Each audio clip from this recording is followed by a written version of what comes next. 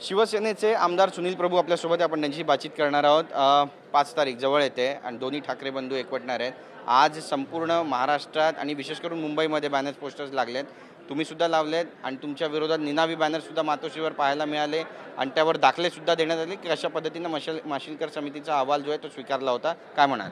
निनावी बॅनर ज्यांनी लिहिले त्याने म्हणावं नाव लिहा ना. आणि माशिलकर समितीचा अहवाल स्वीकारल्यानंतर त्याच्यावर समिती गठीत केली होती.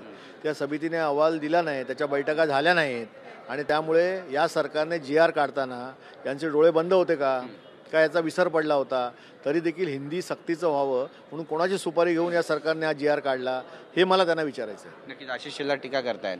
मेळावा होणार आहे तुमचा, त्यावर ते म्हणतात की एका पक्षाच्या मेळाव्याला गर्दी होणार नाही म्हणून 2 पक्षांचा मेळावा, इतर पक्षांचा मेळावा आहे आणि एक झेंडा असेल तर मग आशिष शेलार जे काय म्हणतात ते त्यांना लक्ष लाभो. पण या मुंबईतला आणि महाराष्ट्रातला मराठी माणूस आता पेटून उठला आहे.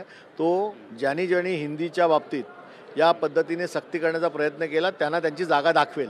मुख्यमंत्री पण टीका करतात. मुख्यमंत्री म्हणतात कुणाची युती व्हावी किंवा नाही व्हावी यासाठी आमचं काही घेणं देणं नाही, पण मराठीसाठी जर युती होत असेल तर ती चांगली गोष्ट आहे. कसं पाहता याकडे? मुख्यमंत्री जर म्हणत असतील तर ठीक आहे ना. असं आहे की मुख्यमंत्री जर म्हणत असतील आणि मराठी हितासाठी 2 बंधू एकत्र येत असतील आणि त्याचे परिणाम या राज्यातील सरकारला भोगायला लागणार असतील तर आनंद आहे. राजकारणात पुन्हा बाप काढला जातोय का? कारण मुख्यमंत्री पुन्हा एकदा म्हणालेत की मुंबई कुणाचाही बाप मुंबईला महाराष्ट्रापासून तोडू शकत नाही. उद्धव ठाकरेंवर टीका केली. असं आहे की मुंबई कोणाची तोडण्याची हिंमत पण नाही आणि मुंबई वाचवण्याचं काम त्यावेळेला संयुक्त समितीने केलं आणि त्या समितीमध्ये अग्रगण्य उद्धव ठाकरे यांचे आजोबा प्रबोधनकार ठाकरे होते. याचा विसर कदाचित मुख्यमंत्र्यांना पडला असेल. नक्कीच विरोधकांना DPDCचा निधी मिळतोय. कशा पद्धतीने कामकाज सुरू आहे? काल जे काही घडलं त्यानंतर आजची DPDCचा निधी कोणाला दिला जात नाही. एकसंघी कारभार चालू आहे. सत्ताधारी पक्षाला आमदारांना फक्त निधी दिला जातो. हे लोकशाहीतलं फार मोठं दुर्दैव या महाराष्ट्रात आहे. मराठीबाबतचा एक महत्त्वाचा प्रश्न, हिंदी आणि इंग्रजी अनिवार्य करा असं उद्धव ठाकरेच बोलले होते आणि त्यांनी अहवाल स्वीकारला होता. अशी टीका फडणवीस करतायत, हल्लाबोल करतात असं वाटतंय. असं आहे की फडणवीस त्यानंतर मुख्यमंत्री होते.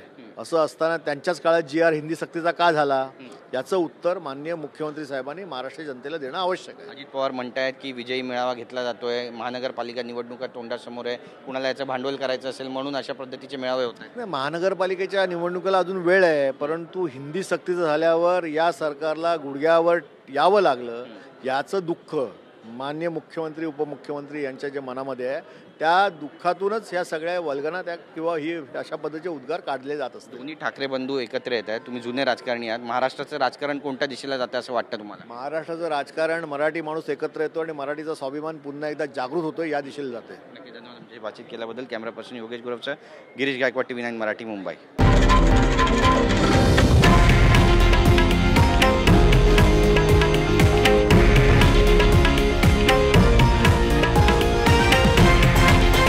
हे आहे देशातील नंबर 1 न्यूज नेटवर्क आणि आपण पाहत आहात TV9 मराठी, एकमेव.